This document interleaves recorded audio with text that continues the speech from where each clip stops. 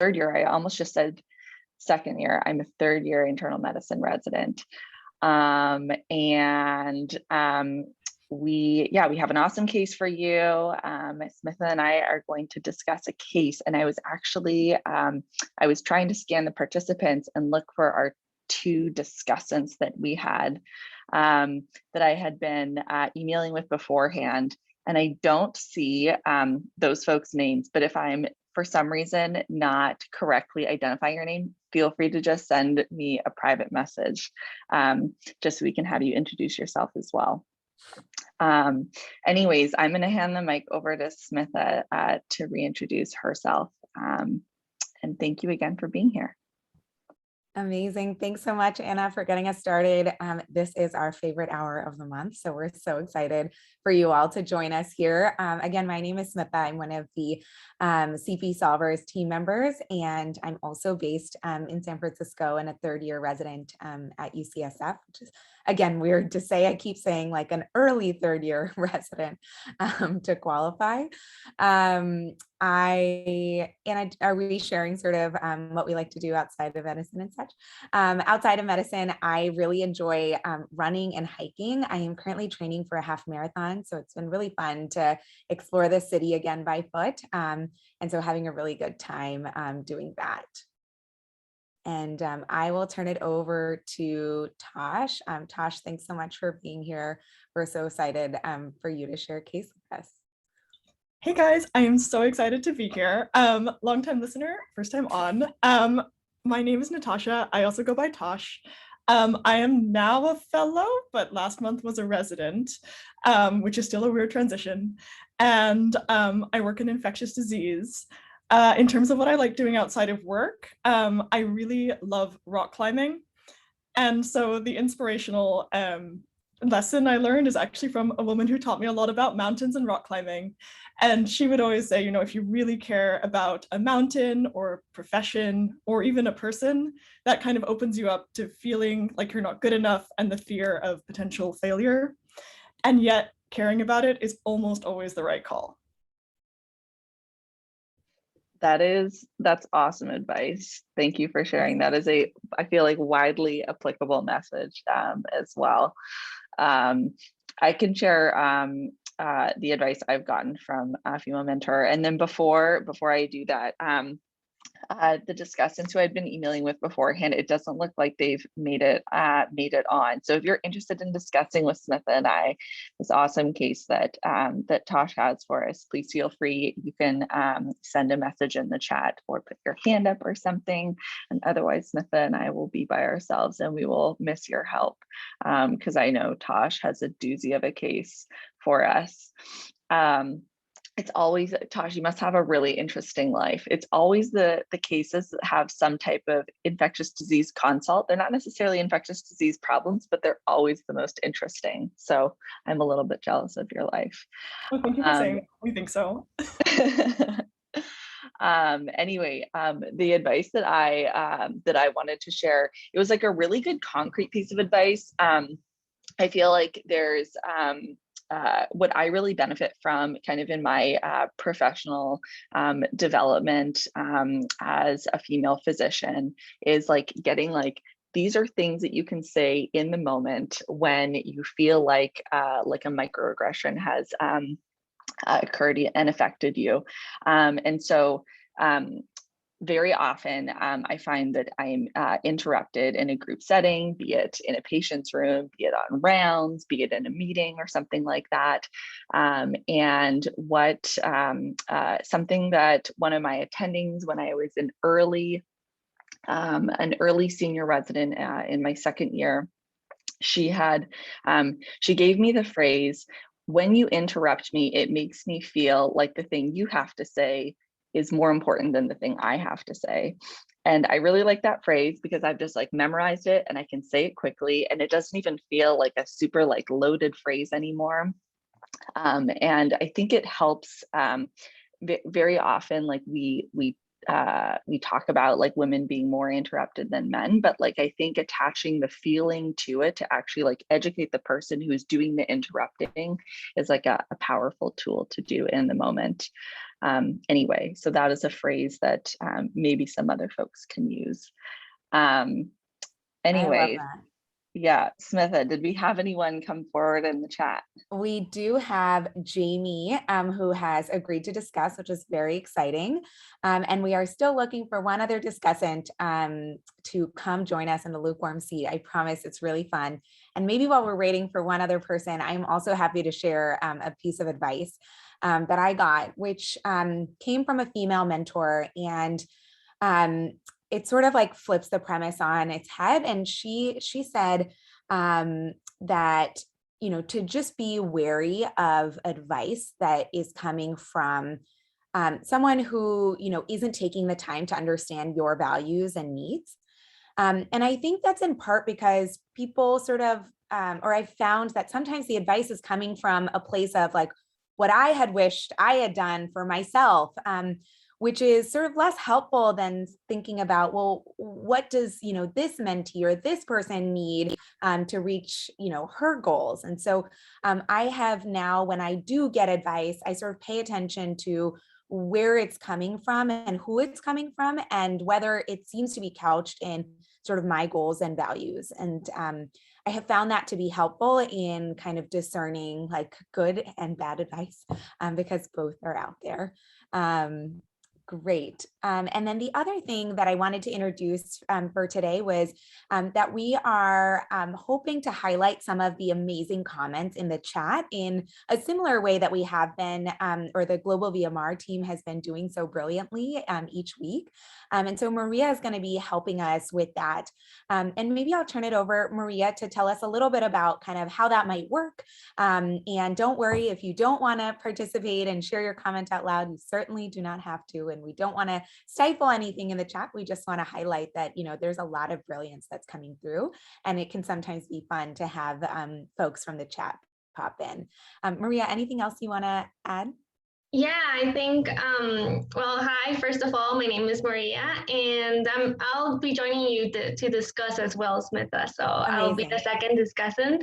I know that it's very hard sometimes to be, you know, to speak our minds, especially, you know, in a public setting or here in VMR, which is being recorded and everything. So we would like to open the chat if anybody is thinking about something they want to share and really just give us their opinion. You can just post it in the chat. I'll be direct messaging you so that I know that you want to speak out loud. And if not, I'll maybe just speak in behalf of you if you are not comfortable like opening your mic and everything. So we really want to feature as many women in medicine as possible and empower you to be more confident and comfortable while doing this. So hopefully you'll like this new chat feature on WDx VMR. Amazing. Thank you so much, Maria. Maybe we will popcorn to Jane. Well, Maria, why don't you then introduce yourself, like where you're from, et cetera, and then we'll popcorn over to Jamie after that. Oh yeah, my name is Maria and I'm a last year medical student in Guatemala. I'm interested in neurology, but really anything clinical reasoning. And outside of medicine, I really love literature and art. So yeah, very nerdy, but really fun, I promise. Awesome. And Jamie, do you want to, are you able to unmute and tell us a little bit about yourself? Yes, hi, I'm Jamie. I'm from Central Florida, but now I'm at the University of Arkansas for medical sciences, and I'm a fourth year medical student. I'm interested in family medicine, and aside from medicine, my interests are working on cars and weightlifting. That's awesome, Jamie. Thank you so much for being here. let's go ahead and get started. Is everyone who's oh, perfect. The co-hosting is working. Jamie, how about you and I partner up and we can take the first aliquot of information. Tosh, how many aliquots do we have for the case total? We have 5 aliquots. Amazing. That's perfect. All right, so we'll go ahead and let you take it away. And just as a reminder to speak nice and slowly, Tosh, to make sure we capture all of the interesting facts you have to throw our way. Totally. So the chief complaint is abdominal pain. And to flesh that out a little bit more, this is a 78-year-old woman with a past medical history of end-stage renal disease who is on peritoneal dialysis, who is presenting with abdominal pain, fatigue, and malaise.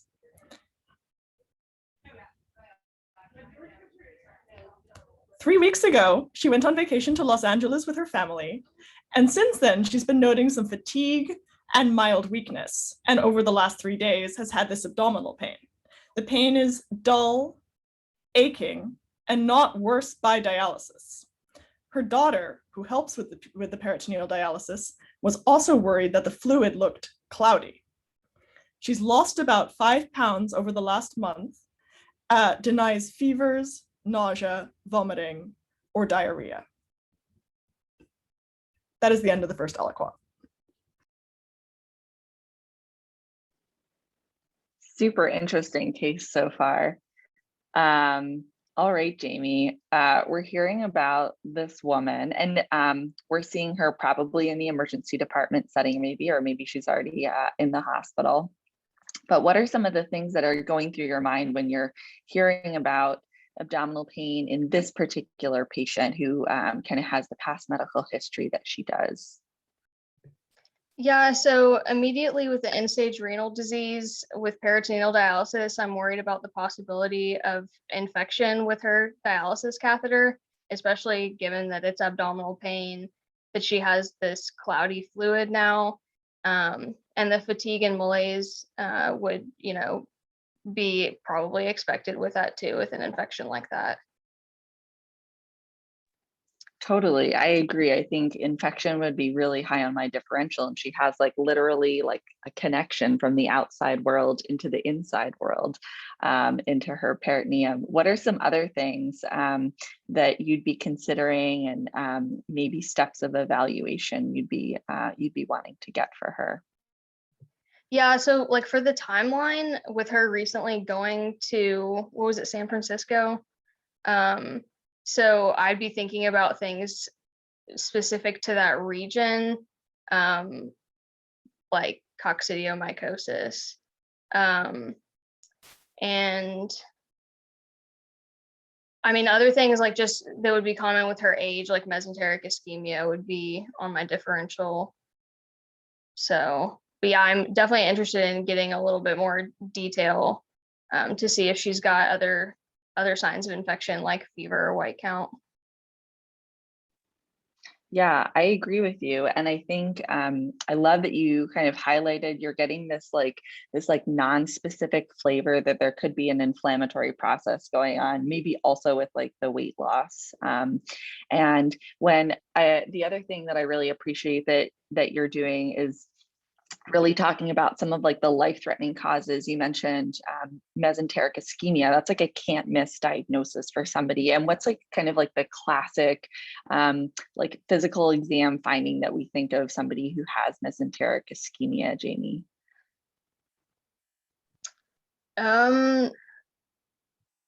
Distension? Honestly, I'm not sure.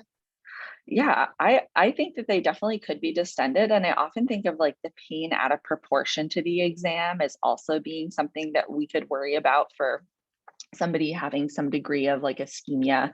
And certainly with her age and risk factors, I'd be worried about that as well.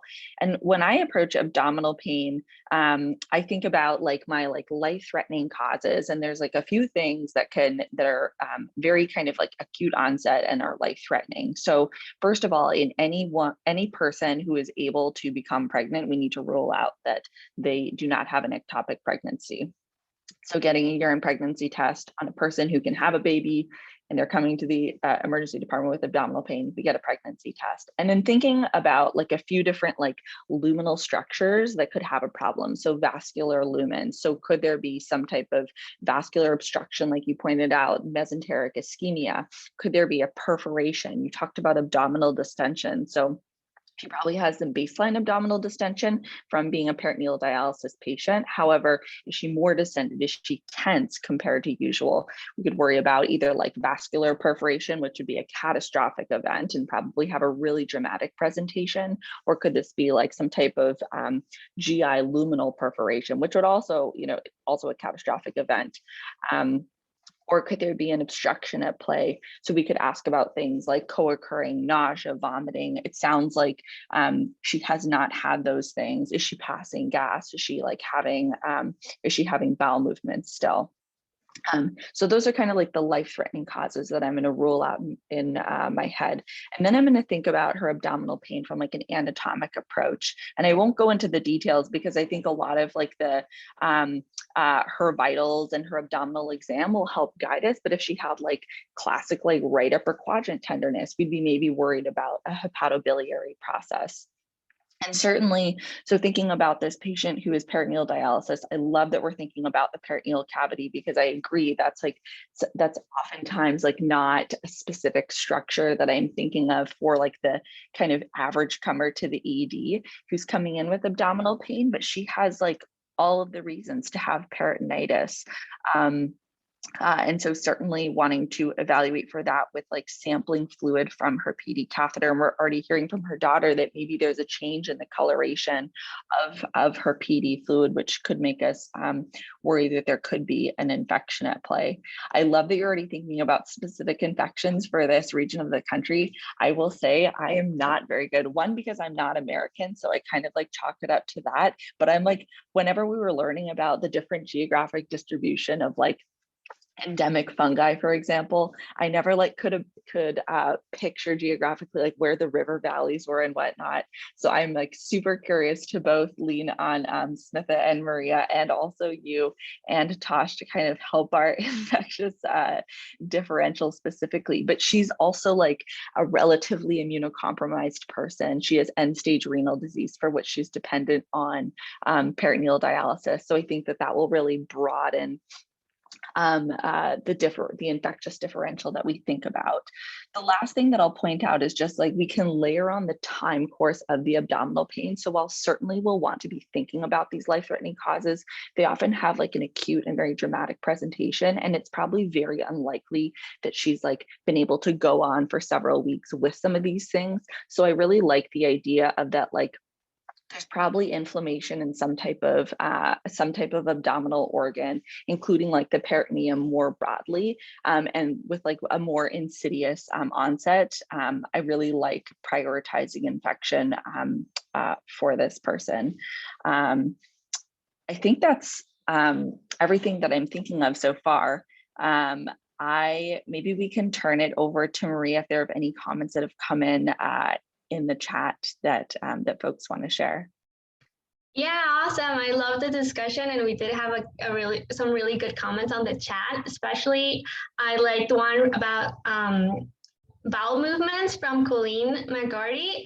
Do you want to open your mic and share what you were thinking about, like what questions you might ask and what this might tell you about the story? Yeah, I mean, so the reason that I was curious about this question is, with anyone with abdominal pain, if we're thinking about something like infection, you might expect to see more of like an infectious diarrhea picture. We're just, infection generally, I think is kind of at the top of the list for this patient, but thinking about other causes, like she's a 78-year-old woman, it's kind of in the age group where a lot of abdominal malignancies present. And I'm wondering about obstructive symptoms that might be causing abdominal pain as well. I love that, Colleen. Thank you for sharing that with us. I think that's a really awesome thing, and I hope we learn a little bit about that in her HPI, and maybe we'll get some imaging to also help prioritize those things further. Maybe let's turn it back to you, Tosh, for the next aliquot. I love the discussion so far, and I really love that we are avoiding that there's no premature closure and that you guys are so open to different possibilities. Next, aliquot. So her past medical history is notable for end-stage renal disease, as stated, probably secondary to chronic hepatitis C infection. She is on the transplant list and gets peritoneal dialysis at home. She does have a history of hepatitis C, which has not been complicated by cirrhosis. It's now been treated and she has sustained viral response. So her hep C is cured. She also has hyperlipidemia and hypertension. No significant surgeries. Social-wise, she is originally from Thailand, emigrated 25 years prior, is a retired librarian, and lives with her 2 daughters, son-in-law, and grandchild. In terms of medications, she's on erythropoietin injections, B vitamins, calcitriol. For her hypertension, she's on metoprolol and losartan. And for her hyperlipidemia, she's on atorvastatin. She does not have any toxic habits, no alcohol, drugs, or cigarettes, no significant family history, and no allergies. And I'll go ahead and give you the exam. So on presentation, she was afebrile with a temperature of 36.7, heart rate 89, respiratory rate 18, blood pressure 160/80, and satting 100% on Romer. In general, she was an older woman who appeared fatigued but in no acute distress, normal head and neck exam, lungs were clear, cardiac, regular rate and rhythm, no murmurs, no rubs, no gallops. Her abdomen was soft, somewhat distended, mildly tender to palpation throughout the entire abdomen, perhaps a little worse near the PD catheter site. There was no erythema around that area, no drainage from the catheter. Her extremities were notable for trace edema. Her neuro exam was intact. She was sleepy but answering questions. She had no rashes, no lesions, and no painful joints. And I'll stop there. Wow, what a rich aliquot. Thank you so much, Tosh. Maria, what's standing out to you from this past medical history and the exam? Like still taking it all in. Yeah, I'm still taking it all in, so I think it's best to try to take small bites. So with her past medical history, I think you were spot on from the start, and Jamie, with the complications you'd expect from her underlying diseases. So we were thinking, about infections, and now that we know she has cirrhosis and on dialysis, that's a very good possibility, whether it's even spontaneous, but because she's with peritoneal dialysis, she has an entry point. And we were also thinking about ischemic mesenteric ischemia. How do you say that? That's right. You got crushed it. Mesenteric ischemia. Yeah. I'm sorry. So we were also thinking about that, and we were expecting she'd had some risk factors because of her age and her other diseases. But now that we've also confirmed that she does have cardiovascular risk factors that put her more at risk for this, with dyslipidemia, hypertension. So definitely something I will be looking for when I get to the physical exam. With her social history, being born in Thailand puts her more at risk for certain infections. And I think her chronic hepatitis C infection might be originated from her from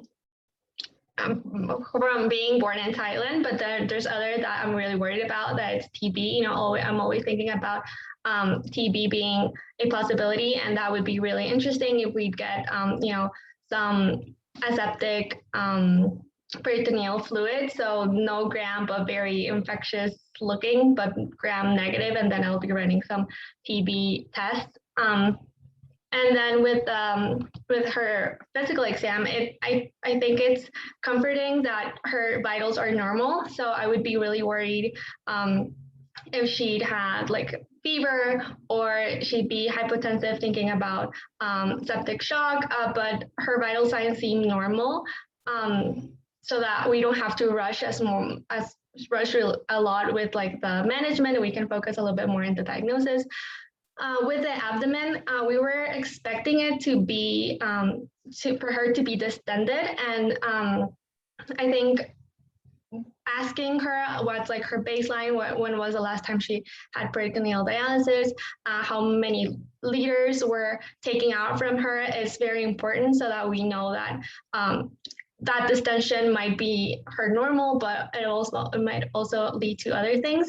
With the diffusely tender, it's interesting because I tend to divide abdominal pain in like localizing and generalized depending on the nervous fibers being affected. So when it's localizing, I know that the parietal layer is being affected, and that's very easy to localize. With the visceral layer being affected, it's more widespread, but because she has peritoneal dialysis, that covers the entire abdomen.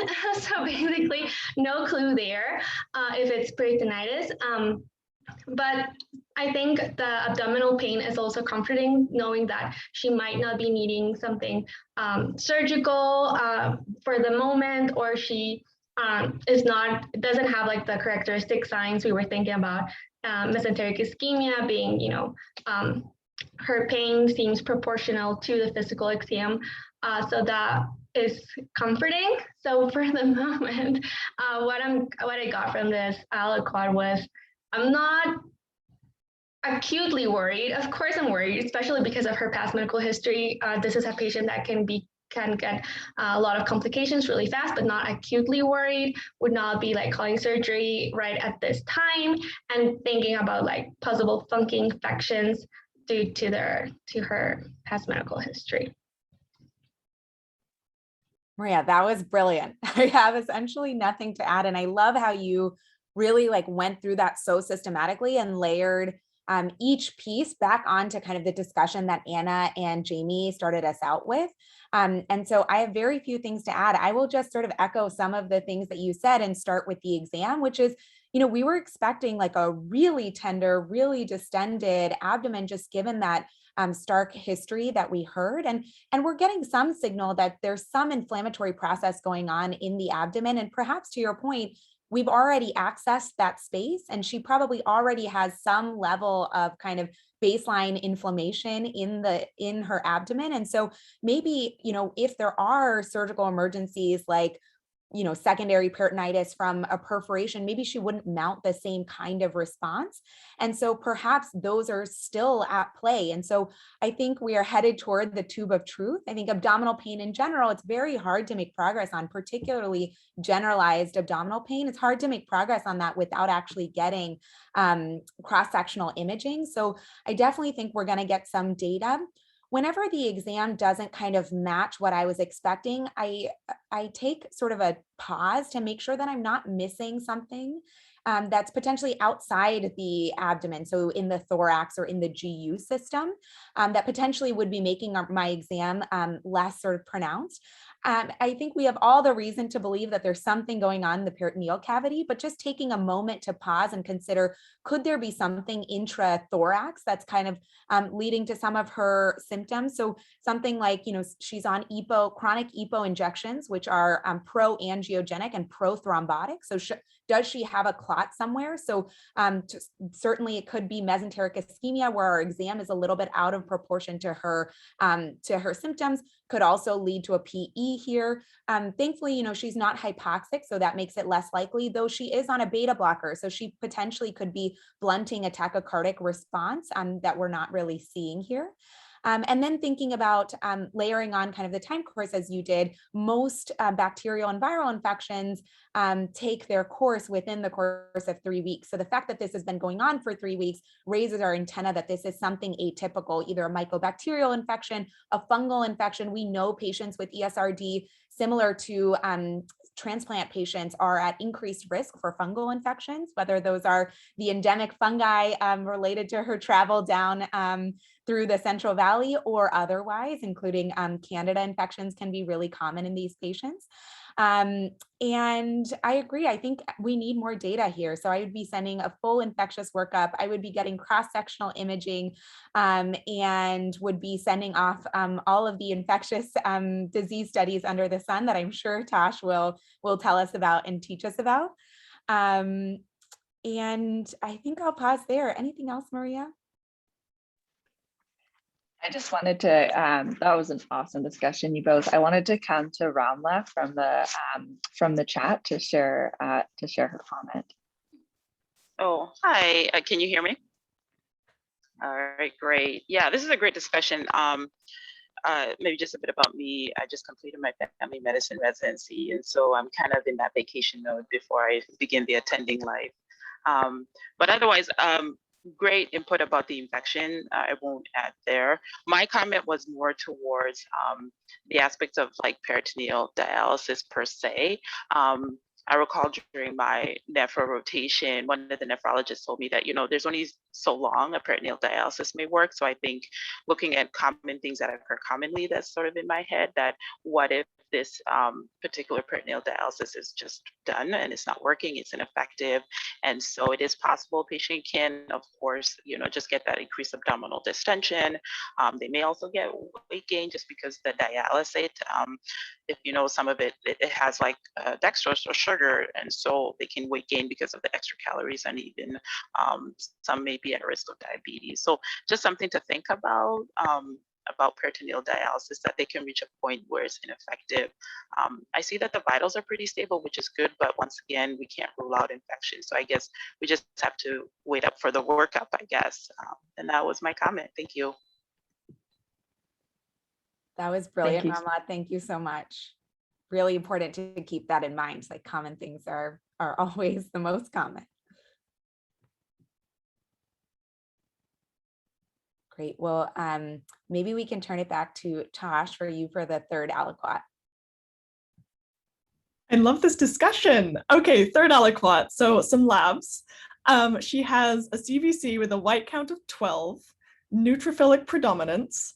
Her hemoglobin is 10, which is her baseline, and her platelets are 332.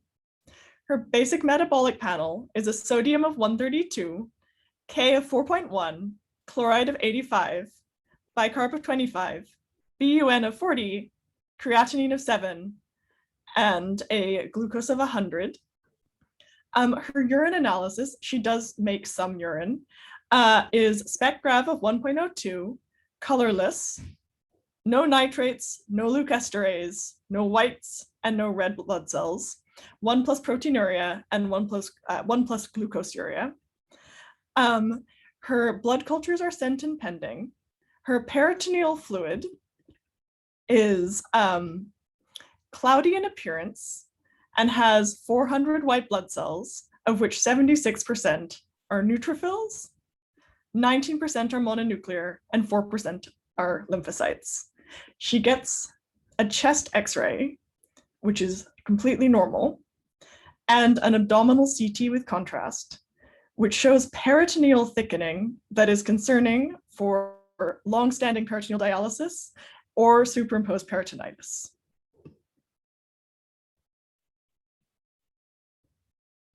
And last thing is gram stain from the peritoneal fluid is negative. Cultures are pending.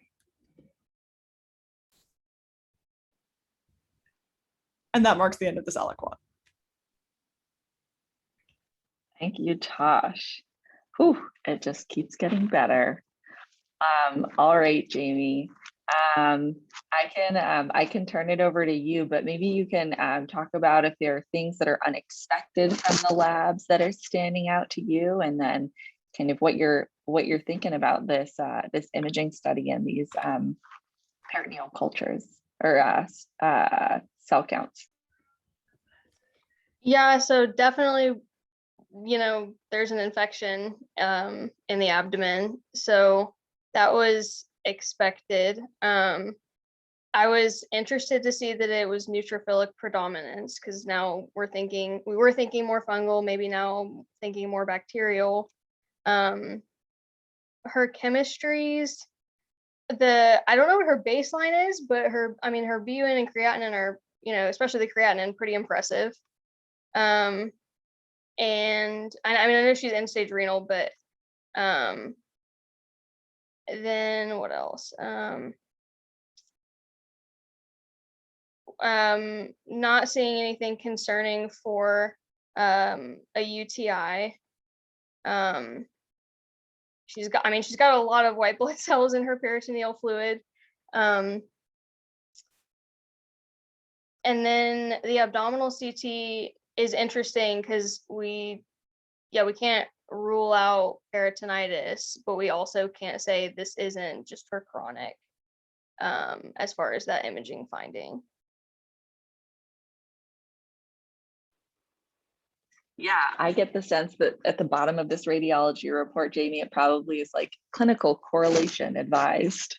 And I think you did such a great job of like kind of highlighting that, like there, and like Smitha and Maria had been mentioning, you know, there's probably like some degree of abnormality within her like peritoneal fluid at baseline. And how are we to know that this fluid is different from before, and that this like imaging, that like the thickening that we see on the peritoneum is abnormal for her? And I think there are some things that maybe could push us towards there. We get the sense that like the fluid color has changed. I wonder if we can think about this in the same way that for patients who have COPD, they have a chronic cough, but it's really when they're like their sputum changes color, like quantity or quality, that we worry about there being like an actual exacerbation, potential infection at play. And I wonder if we can think about kind of the analogous situation for a patient who's on PD. So to be honest, I have no idea what like the characteristics, like, is this white blood cell count elevated for somebody who's on PD? I think I just have to go to Google and like look a little bit more about that. But I think the change in the fluid kind of color and the cloudiness, it sounds like that's unusual for her, and maybe something that we can go off of, plus the symptoms that she's having. What do you think about the gram stain being negative? Yeah, so there's several different bacteria that wouldn't show up on a gram stain, like if it's intracellular, for example, but that is curious.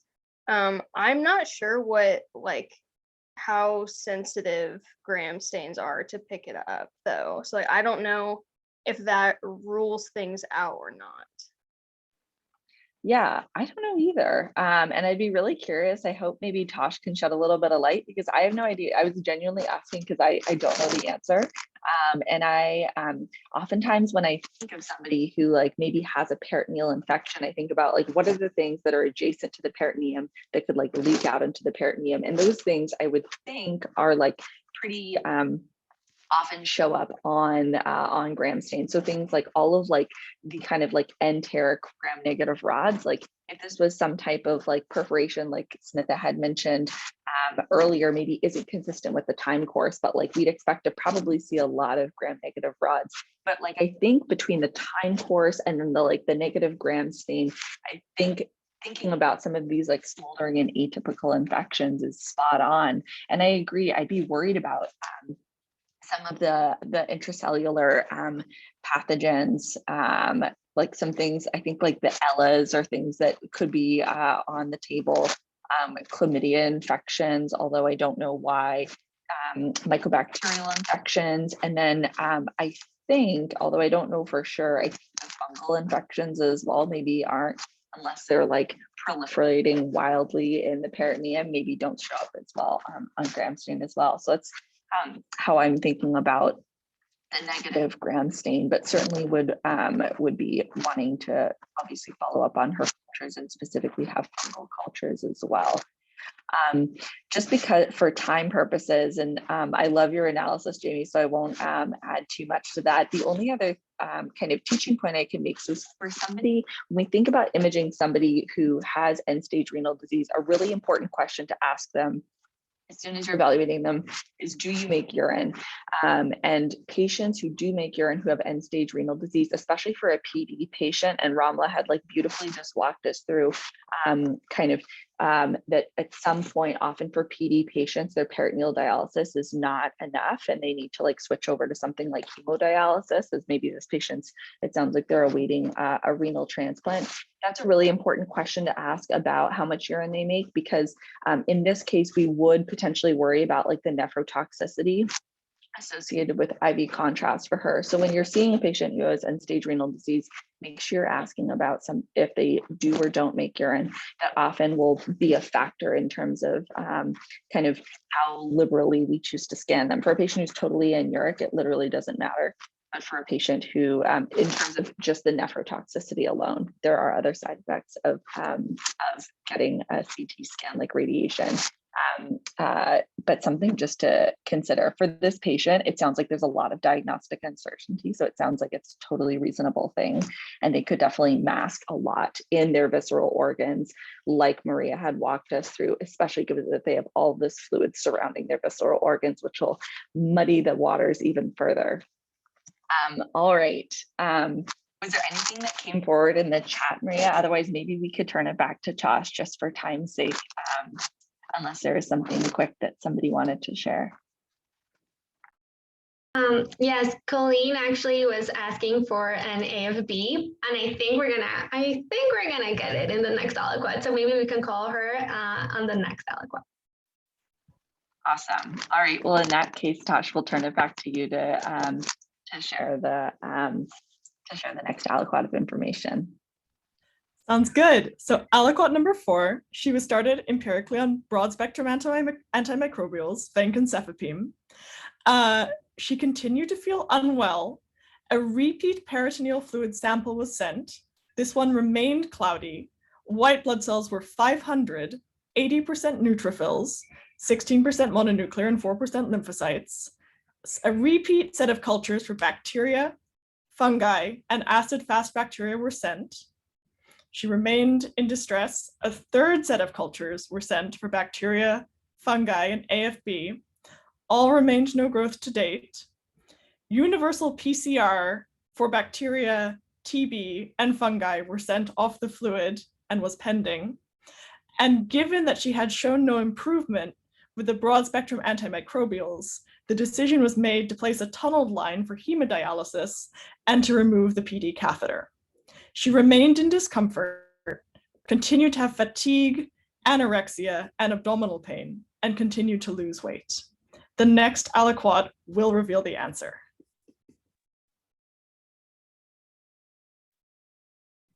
So mysterious. I really love this aliquot, especially because your entire story has been like, oh, we're expecting this, and then it's like, no. No, you're not. This is not what I got for you. And I think an important principle about infectious diseases as a whole is that you need to source control the infection. And that was my first thought when I saw that the white blood cell counts were increasing and not decreasing, even with like broad spectrum antibiotics. Like, why is that happening? Is either you can go to the schema about, antibiotic failure, and then, we don't really even know the bug. We're expecting some really funky bugs, but we're trying to cover a lot with cefepime and vanc, and it's not, we're not adequately narrowing down the bugs. We have the wrong drugs, which, we don't have any antifungal here, so that may be a possibility. And, as a whole, if we gave the antibiotics, but we didn't, we kept with the peritoneal dialysis, that just reinforcing the infection, even with the antibiotics. So I think it was a smart decision to remove her peritoneal dialysis and move her to hemodialysis. And then with all of the bacteria cultures that were sent, and all of those, TB, fungi, those are really funky infections, not only in how they present and who gets this infection, but also like with their microbiology characteristics. So they're really hard to grow.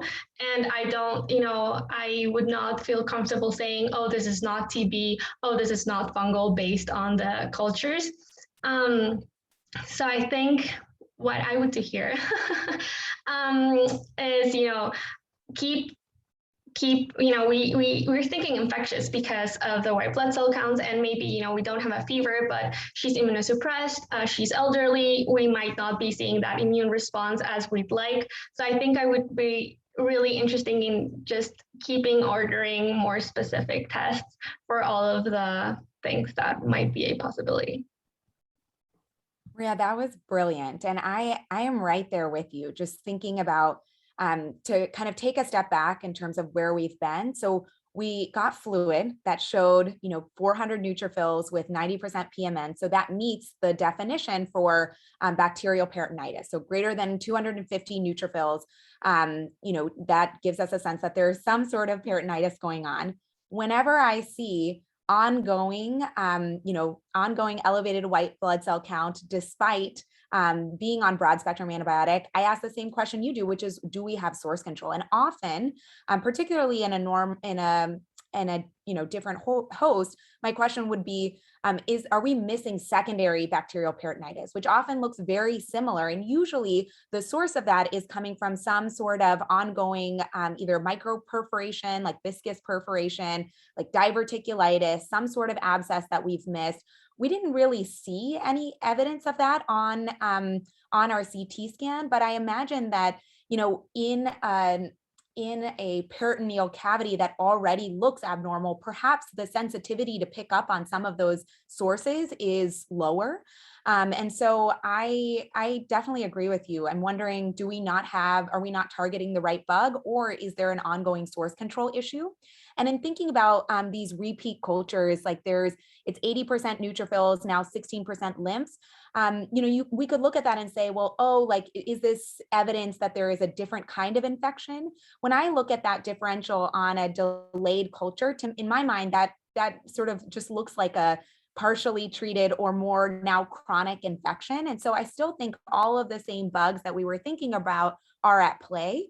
The fact that we've now cultured multiple times and we haven't gotten a bug, I think speaks to exactly what you're saying, that I'm not sure that this is going to be the run-of-the-mill monomicrobial or even polymicrobial bacterial infection. And so thinking about what atypical or what fungal infections we are missing, I think is probably going to be where the money is at here.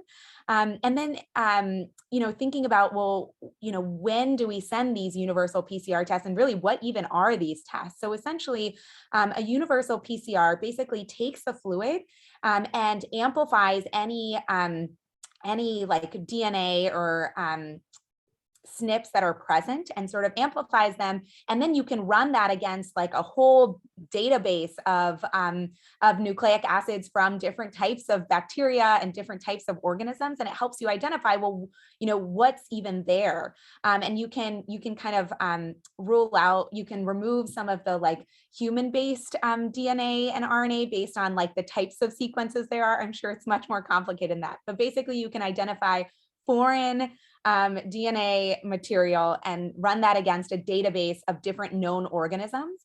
The question that often comes up is, when you get a match, is this actually the source? Because now we're sort of picking up lots of different bugs, and particularly someone with a peritoneal catheter, which, as Anna said, is a direct communication to the outside world. I imagine we'll actually get a lot of hits off of that universal PCR.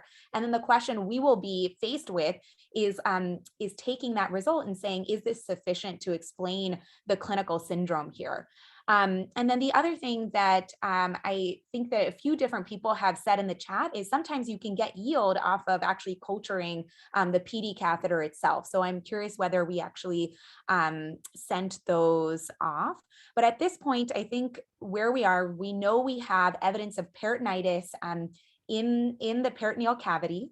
The question is kind of, well, what is driving or what is causing that infection? Our highest suspicion, just given the time course, given the immunocompromised host, is that this is an atypical source of inflammation or an atypical bug that's causing kind of funky inflammation. And we're going to send off we're going to see what the universal PCR test is. And then it'll be our job to look at that test and say, do we feel satisfied? Is this sufficient to explain her clinical syndrome?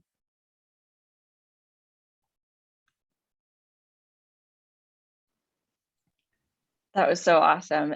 Can we quickly come to Colleen for her comment from before, and then we'll turn it back over to Tosh. Yeah, I noticed that you were asking for AFB, and now you got it. And I'm thinking, what are you guys thinking with a negative AFB?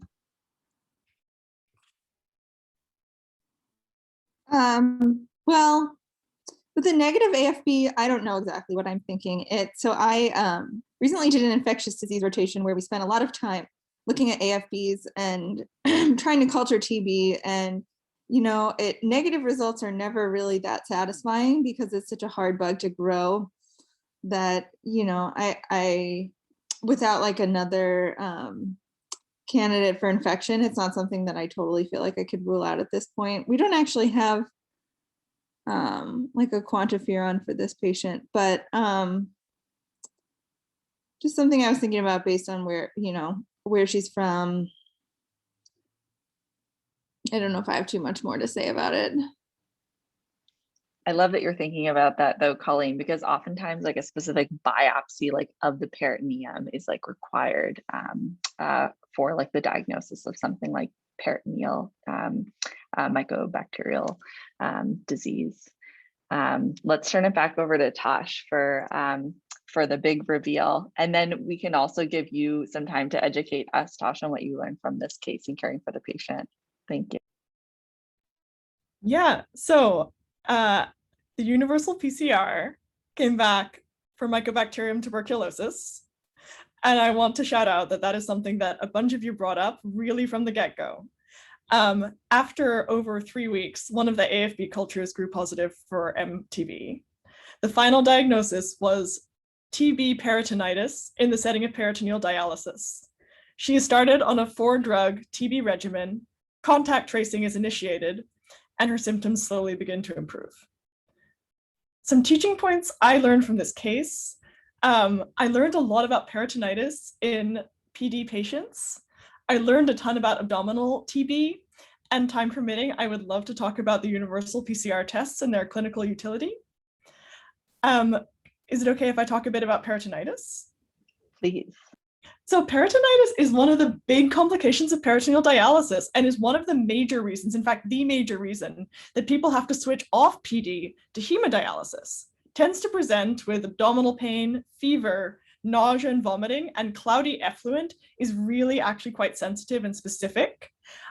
You think about the bugs as coming in from hands and the outside environment, because there is this catheter communicating to the peritoneal fluid.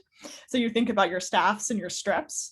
You also think about things coming out from the GI tract itself into that area, so gram negatives. In terms of fungi, it's not uncommon. It's usually Candida. And it's worth saying that like peritoneal fluid analysis is pretty sensitive and specific. We look at white blood cells more than 100 cells. Normal is less than 8. If it's less than 100, but more than 40% neutrophils, it's also pretty likely an infection. And gram stain and culture are usually positive in like 80 to 95% of patients. In terms of empiric antibiotics, we tend to go broad, usually Venc and a 3rd or 4th gen cephalosporin.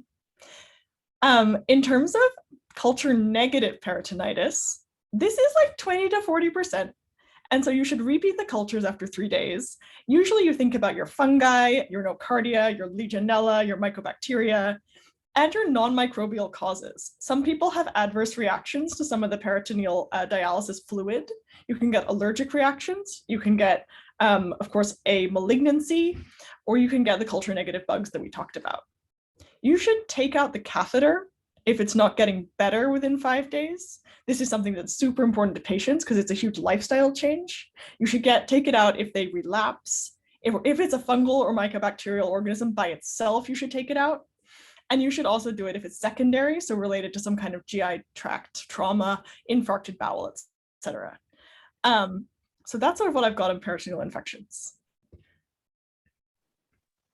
That was unbelievable. Thank you so much for helping to orient us around how to interpret the studies. I think we do have time to learn. It sounds like there's like a lot of interest in the chat as well, learning a little bit about universal PCR. So feel free to tell us about that. Totally. So I totally agree with Smith's summary. Basically, universal PCR is taking a conserved region of the genome for all bacteria or all fungi or all mycobacteria. And in bacteria, we use the ribosomal genes, and then using PCRs that amplify starting with that conserved region and then sequencing a variable region. It's like a universal barcode. So then you can tell what the bug is. And it's a little bit different than next-gen sequencing, where you just shotgun sequence everything and then computationally subtract out the human DNA and look at what's less. It's worth saying, I've got a great paper on this, that mycobacteria are not commonly detected, but they're almost always determined to be clinically significant when they are. And they almost always change the course of therapy if you detect them by PCR. And so it's worth saying that this was a really good test case for that, because as was so well mentioned in this chat, TB is hard to diagnose, hard to culture, and I think just really demonstrates why this is such a valuable technique. That's awesome. Thank you so much, Tosh. Your specific infectious disease knowledge was just super. Thank you for this teaching. That was so great. Maybe we can get some quick reflections from Jamie and Maria on the case before we turn it over to Gabby for the final teaching points to close us out. Any final thoughts, Jamie and Maria? This is just incredibly interesting. I've never even heard of TB peritonitis. So there's a lot for me to learn from this case. So thank you very much. Yeah, thank you, Natasha. It was a great case and great teaching points. I actually see a lot of TB peritonitis because it's endemic in my country, and we actually have a lot of renal patients with chronic kidney disease. So we do have a very big amount of patients who are, quantiferon gold positive, which just, it really is hard because everyone here tests positive for quantiferon gold. Not everyone with peritonitis and quantiferon gold positive has TB peritonitis. So it's a good mix of, well, not a good mix, but it's an interesting mix of people being exposed to TB and people being with peritoneal dialysis. And TB is always very interesting because there's so many different tests and cultures. And I think I will never be sure to say this is not TB. And just as likely, I am never sure to say this is TB. I'll never know. I feel that. Such amazing reflections. I'm sorry, Anna, go ahead. Such amazing reflections. You all are brilliant, and I learned so much. Thank you for joining us. Maybe we can turn it over to get some teaching points from Gabby. Hey, thank you everyone. This was an amazing discussion. As Maria also said, this is also out of my comfort zone, and you were explaining everything from the beginning. So I felt very, very good, and I learned so much with you. So first we talked about abdominal pain, and we talked about the can't miss diagnosis, which are mesenteric ischemia, GI luminal perforation, and obstruction. So we have to look for signs and symptoms of these diseases first in an abdominal pain case. We also talked a little bit about the localization that helps us in the diagnosis of abdominal pain. For example, in the right upper quadrant tenderness, we have to think about some biliary obstruction or pathology. And if we think about the peritoneal cavity, we think that as she was in peritoneal dialysis, this puts her at increased risk of infection. We also discussed a little bit about the time course of abdominal pain, and the fact of this case was acute instead of chronic. So we talked about some causes of abdominal pain that are usually acute, up to 3 weeks of history, which are usually virus and bacteria. Mycobacteria, fungi, and they can present more in a chronic time course. And regarding the previous medical history, this patient has end-stage renal disease. This puts her at an immunodeficient stage. So we have to broad the differential for infection. And also regarding the peritoneal dialysis, we also have to think that she has a baseline inflammation or distension, and this can be normal to her. So the challenge was to see what has changed. And we can also expect a little bit of peritoneal thickening. And in this case, the fact that she was having increased pain and increased distension made us think that something was going on. Also, the fact that she had weight gain and edema and abdominal distension, we also have to think about an ineffective dialysis in this case.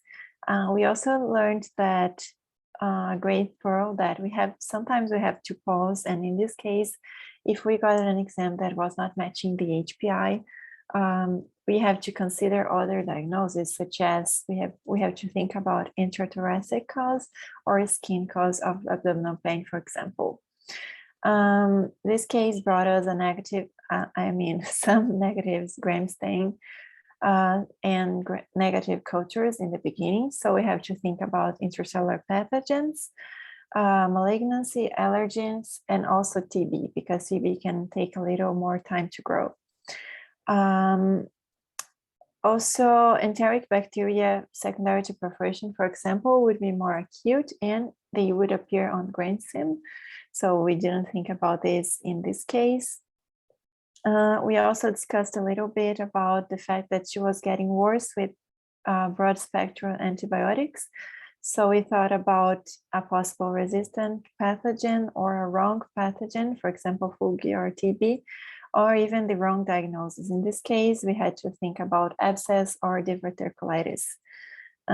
We also discussed bacterial peritonitis, which is defined as more than 250 polymorphonuclears. And if we have a multiple negative cultures, like in this case, we have to think about a different pathogen. And also the last teaching points, the peritonitis is one of the major reasons to stop the peritoneal dialysis and change to hemodialysis. And usually we have to think about staph and straps from the outside. And from the inside, we have to think about gram negative. And when we think about fungi, the main cause is Candida, but this case, repeated culture, extended culture and PCR was positive for microbacterial tuberculosis. So for me, it was a very interesting case. So thank you, Natasha, for presenting it and all of the discussion. I really learned a lot. Gabby, that was a brilliant summary. Thank you so much. And thank you all for coming and being here and supporting WDx VMR. As a reminder, we do this every month. And so if you are interested in discussing, you have an interesting case that you want to share, please reach out to us on Twitter or by email. We would love to have you, and looking forward to seeing everyone next month. Anna, any other thoughts or reflections to share? Awesome. Well, have a great day, everyone.